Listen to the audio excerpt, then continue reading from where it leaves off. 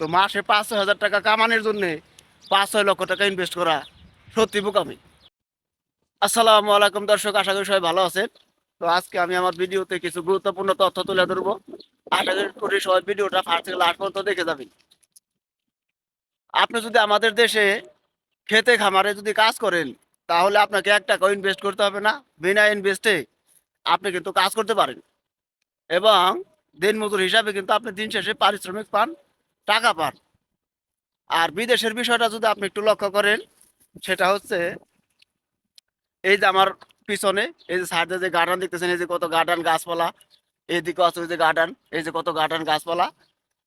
তো এগুলার কাজ করা আর বাংলাদেশে ক্ষেতের কাজ করা মনে করেন প্রায় সেম। এখানে যে এরকম রোদ, হ্যাঁ, আর এখানে খেতে যে এই গাছগুলো যেভাবে কাটা হয় কাজ করা হয়, বাংলাদেশে যদি আপনি কাজ করেন সেম কাজ। এখন আমার কথা হচ্ছে, এই 5-6 লাখ টাকা দিয়ে বিদেশে এসে যদি আমি এই ক্ষেতের কাজই করি, তাহলে এই বিনা ইনভেস্টে আমার দেশে থাকাই ভালো। দেশে থাইকে যদি আপনি 500 টাকা রোজে কাজ করেন, তাহলে মাসে পাবেন কত? মাসে পাবেন 15,000। 500 টাকা রোজে যদি আপনি কাজ করেন, মাসে পাবেন 15,000 এবং আহ, জোহর পর্যন্ত সকালবেলা যাইবেন, ওই জোহরে আজানের পর পর্যন্তই যারা হচ্ছে খেতে খামারে কাজ করে, কাজ শেষ হয়ে যায়। তো 500 টাকা। এর পরবর্তীতে আপনি বিকালবেলা যদি ইচ্ছা করেন, বাড়িতে কিন্তু আপনি অন্য কিছু করতে পারেন। আপনার নিজের যদি ক্ষেতগুলো থাকে সেগুলো কাজ করতে পারেন, বাড়িতে গরু বাছুর পালতে পারেন, মানে আপনি আরো কিছু অন্যদিকে ইনকাম করতে পারেন বিনা ইনভেস্টে। আর এই বিদেশে আসার পরে আপনি 5-6 লক্ষ টাকাতে যদি আসেন, আসার পর যদি এই যে এই সমস্ত ঘাসগুলোতে কাজ করেন কিংবা এই সমস্ত বাইরে কাজ করেন, খেতে কাজ করেন, আপনি বেতন পাবেন কত? আপনি বেতন পাবেন হচ্ছে 5 থেকে 600 রিয়াল। তো 5-600 রিয়াল বেতন। আর এই 5-600 রিয়াল যদি বাংলা বাংলা টাকা যদি আপনি কনভার্ট করেন, তাহলে আপনার যদি 600 প্রায় 15-16 হাজারের মতো, 15-16 হাজার টাকা। তো এই 15-16 হাজার টাকা এখান থেকে তো আপনার খাইতে হয়।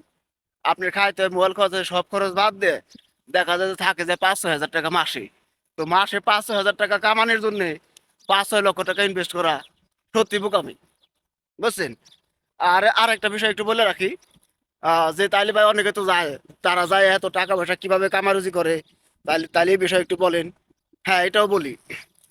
আপনি হচ্ছে এই কাজের পরে, অর্থাৎ এই যে 8 ঘন্টা ডিউটি করবেন আপনি 600 রিয়াল বা 500 রিয়াল বেতনে, এই 8 ঘন্টা ডিউটির পরে যাইয়া হচ্ছে বিকালবেলা যে সময়টাতে আপনি রেস্ট করার কথা, আচ্ছা এরকম রোদ্রের ভিতরে, টনটনা রোদ্রের ভিতরে 8 ঘন্টা কাজ করার পরে বিকালবেলা কি মনে চায় যে বাইরে একটু কাজে যাই? বিকালবেলা কিন্তু মনে চায় যে রুমে যে গোসল করে খাওয়া দাওয়া করে একটু আরাম করুন। কিন্তু আরাম করলে তো আর কাজ হবো না, টাকা তো নাই। তো কি করে আমরা, কি করে মানুষে ওই বিকালবেলা আবার বাইরে কাজে চলে যায়। বাইরে কাজে চলে যায়, যা বিভিন্ন রকমের বিভিন্ন ধরনের পাটা পুটাম করে টাকা পয়সা ইনকাম করে।